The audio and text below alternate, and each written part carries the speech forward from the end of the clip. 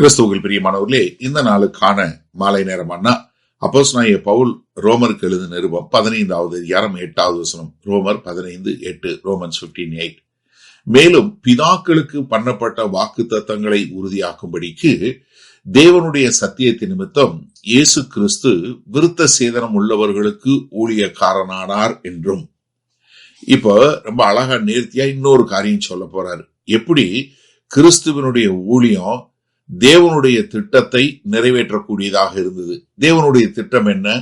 யூதர்களும் புறஜாதியாரும் சேர்ந்து ஒரே குடும்பமாய் பிதாவாகிய தேவனை ஆராதித்து அவரை மகிமைப்படுத்தக்கூடியதான் தேவனுடைய திட்டம். அப்போ எப்படி கிறிஸ்து யூதர்களுக்கு, அதாவது விருத்த சேதனம் பண்ணப்பட்டவர்களுக்கு எப்படி ஊழியக்காரனானார் என்று சொல்லக்கூடியதாக. இப்ப என்ன சொல்றாரு? நான் ஒரு காரியம், இயேசு கிறிஸ்து என்ன பண்ணாரு?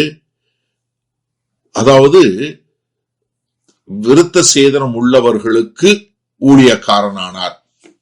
அப்ப இங்க அவர் ஒரு ஊழியக்காரனா, ஒரு வேலைக்காரனா ஆனார். விருத்த சேதனம் உள்ளவனா யாரு? இஸ்ரவேல் யூத மக்களுக்கு சொல்லக்கூடியதா. நீங்க ஒரு காரியம் பார்க்கணும்னா கலாத்தியர் 4:4 சொல்லும். என்ன சொன்னாரு? அவர் எப்படி வந்தாரு? நியாயப்பிரமாணத்து கீழ்பட்டவராய் பிறந்தாரு. மத்தேயு 1:1 என்ன சொன்னாரு? தாவீதின் குமாரனா வந்தாரு. மத்தேயு 15:24 என்ன சொன்னாரு? தொலைந்து போன இஸ்ரவேலின் ஆட்டுக்குட்டிகளை நான் தேடி வந்தேன்னு சொன்னாரு. அவர் எங்க பிரசங்கம் பண்ணாரு? யூதருடைய ஜப ஆலயங்கள்ல. அவர் என்ன பண்ணாரு? யூத வேத வசனங்கள் என்று சொல்லக்கூடியதுக்கு எல்லாவற்றையும் நிறைவேற்றக்கூடியவராய் இருந்தாரு. ஏசாயா 41 சொன்னது போல அவர் தான் அந்த வேலைக்காரனா வந்தாரு. யோவான் 1:11 சொன்னது போல அவர் தம்முடைய சொந்த ஜனத்துல வந்தாரு. அப்ப கிறிஸ்துவனுடைய ஊழியம் எங்க தொடங்குச்சு? இஸ்ரவேல்ல தொடங்குச்சு. காரணம் என்ன? பிதாவாகிய தேவன் கொடுத்த ஒரு உடன்படிக்கை. எது? தேவனுடைய சத்தியத்தின் நிமித்தம்.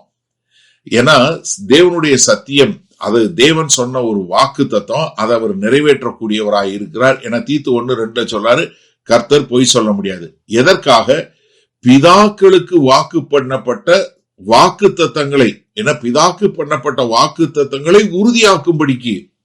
ஏன்னா ஆபிரகாமுக்கு சொன்ன ஒரு உடன்படிக்கை, ஈசாக்கு சொன்ன உடன்படிக்கை, யாக்கோபுக்கு சொன்ன உடன்படிக்கை. அதனாலதான் ஆபிரகாமின் தேவன், ஈசாக்கின் தேவன், யாக்கோபின் சொன்ன தேவன். அது என்ன அவருக்கு வாக்கு தத்தம் கொடுத்தாரு?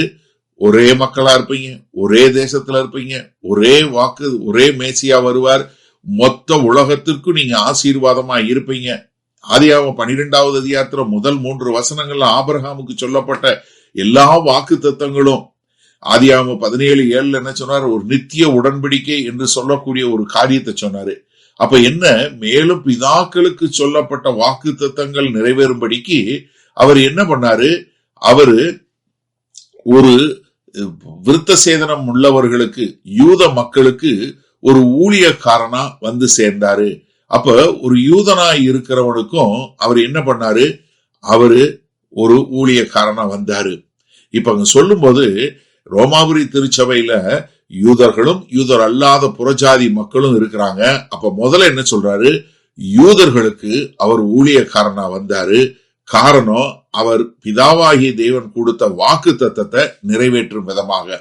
அப்ப ஒற்றுமை என்பது ஒரு விபத்து அல்ல, அது கர்த்தருடைய அனாதி தீர்மானம். சரி, இந்த நாள்ல அந்த வசனத்தை நம்ம எப்படி எடுத்துக்கொள்வது? நீங்க ஒருத்தர் ஏற்றுக்கொள்ளன்னு சொன்னாரு. எப்படி? கிறிஸ்து ஏற்றுக்கொண்டது போல. இப்போ கிறிஸ்து தேவனுடைய வாக்கு தத்தத்தை நிறைவேற்றினாரு. அந்த தேவனுடைய வாக்கு தத்தம் என்னன்னா, அவருடைய திட்டம் என்னன்னா, எல்லா ஜனங்களும் ஒன்றாய் இருக்க வேண்டும் என்று சொல்லக்கூடியதாக. அப்ப இயேசு கிறிஸ்து சொல்லும்போது என்ன சொன்னாரு? நான் நியாயப்பிரமாணங்களை ஒழிக்கல, அதை நிறைவேற்றுவதற்கே வந்தேன். அப்ப என்ன?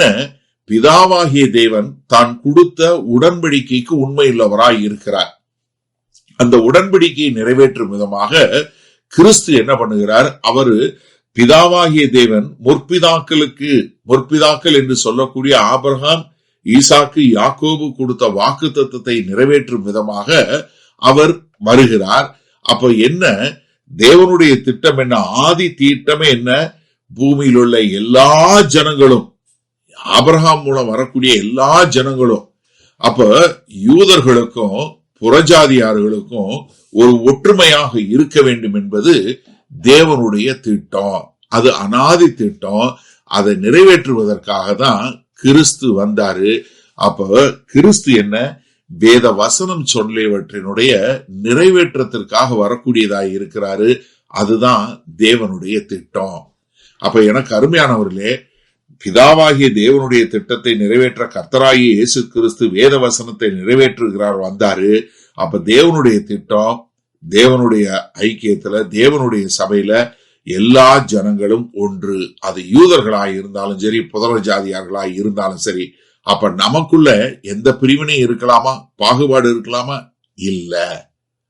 வல்ல பிதாவே, நன்மையான நல்ல நாளுக்காய் நன்றி. ஆமாண்டவரே, கர்த்தராகிய இயேசு கிறிஸ்து தேவனுடைய அனாதி திட்டமாகிய எல்லா ஜனங்களும் ஒன்று, ஒரே ஆசீர்வாதத்திற்கு கீழ் இருக்க வேண்டும் என்ற உம்முடைய திட்டத்தை நிறைவேற்றுவதற்கு கர்த்தராகிய இயேசு கிறிஸ்து உம்முடைய வாக்குத்தத்தத்தை நிறைவேற்றுவதற்காக வந்தார் என்பதை புரிந்து கொண்டோம்.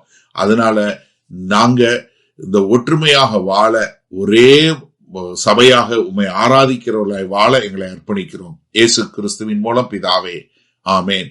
கர்த்தர் உங்களை ஆசீர்வதிப்பாராக. நாம் நாளை காலை தினசரி தியானத்துல சந்திப்போம். Good night.